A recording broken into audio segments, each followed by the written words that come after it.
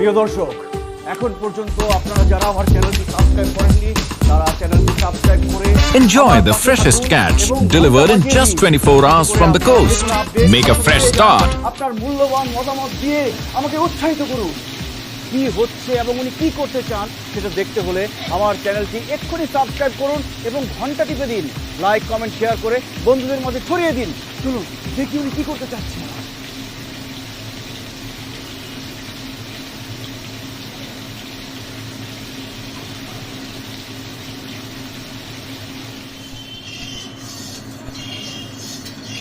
কড়াতে আমি একটু প্রথমে সাদা তেল দিয়েছি, এবার একটু সর্ষের তেল দেবো, দিয়ে ভালো করে কড়াটাকে গরম করবো। ভালো করে তেলটা গরম না হলে চিংড়ি মাছটা কড়াতে দিয়ে যাবে বলে ভালো করে কড়াটাকে গরম করে নিচ্ছি। নিয়ে আমি সর্ষের তেল আর সাদা তেলকে ভালো করে একসাথে মিক্স করে এবার চিংড়ি মাছটা ছাড়বো।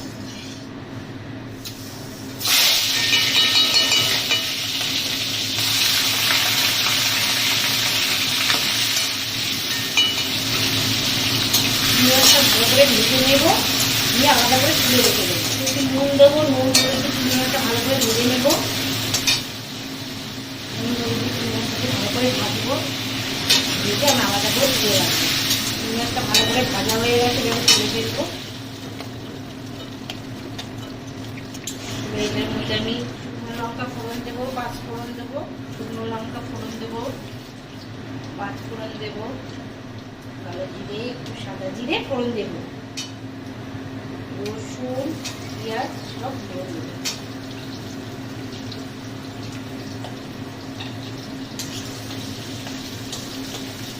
পাঁচ ফোড়ন দিয়েছি, শুকনো লঙ্কা দিয়েছি, রসুন, পেঁয়াজ সব ফোড়ন দিয়েছি। ভালো করে ভাজা হয়ে আসলে পুঁই শাকটা আবার দেবো। আমি পুঁই শাকগুলো সব দিয়ে দেবো।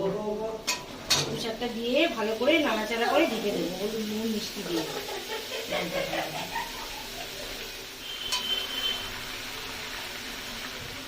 এবার নুন দিলাম, হলুদ দেবো, হলুদ, জিরের গুঁড়ো,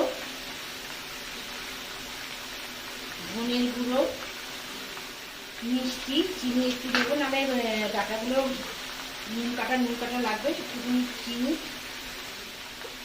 কাঁচা লঙ্কা দিয়ে ভালো করে এটাকে আমি এখন ইয়ে করবো। এটা আমি ঢেকে দিলাম। আর কটা কোয়া রসুন আমি এর মধ্যে দিল, তাতে গন্ধটা ভালো আসে। কাঁচা রসুন এর মধ্যে কিছুটা ভেজে রসুন দিয়েছি, কিছুটা কাঁচা রসুন দিলাম, তাতে স্বাদের গন্ধটা খুব সুন্দর আসবে এবং খেতেও খুব টেস্টি লাগবে। একটু ভাজা ভাজা হবে, তারপর আমি জল দিয়ে ঢেলে দেবো। এবার আবার ঢাকনাটা খুলবো, বারবার করে এর মধ্যে কষাবো, আমি জল দিয়ে এটাকে ঢেকে দেবো। জমানো করে জল দিয়ে দিলাম যাতে পুঁই শাকটা ভালো করে সেদ্ধ হয়। এবার আমি দেবো পুঁই শাকটা হয়েছে কিনা। এবার আমি চিংড়ি মাছটা দেবো, দেখি পুঁই শাকগুলো সেদ্ধ হয়েছে কিনা দেখে নিই। ডাটাগুলো সেদ্ধ হয়ে এসছে, এবার আমি চিংড়ি মাছটা দিয়ে দেবো। দেখুন চিংড়ি মাছটা দিয়ে দিলাম, দিয়ে ঢেকে দিয়ে নাড়াচাড়া করে নামিয়ে দেবো। ঢাকা দিয়ে দিচ্ছি, এবার আস্তে আস্তে শুকাতে থাকবো, মাখা মাখা। এবার আমি দেবো পুঁই শাকটাকে নামাবো, শুকনো শুকনো হয়ে গেছে।